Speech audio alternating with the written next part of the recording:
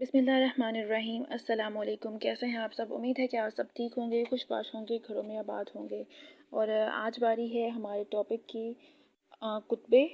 और ये माखज़ात तदवीन के माखज़ात में से एक है। और हम देखते हैं कि कुतबे किसे कहते हैं। मकबरों, सादा कब्रों, दरवाज़ों और दीवारों पर नस्ब, हवालों और नकूश से भी कभी कभी मुफीद मालूमात हासिल हो जाती है।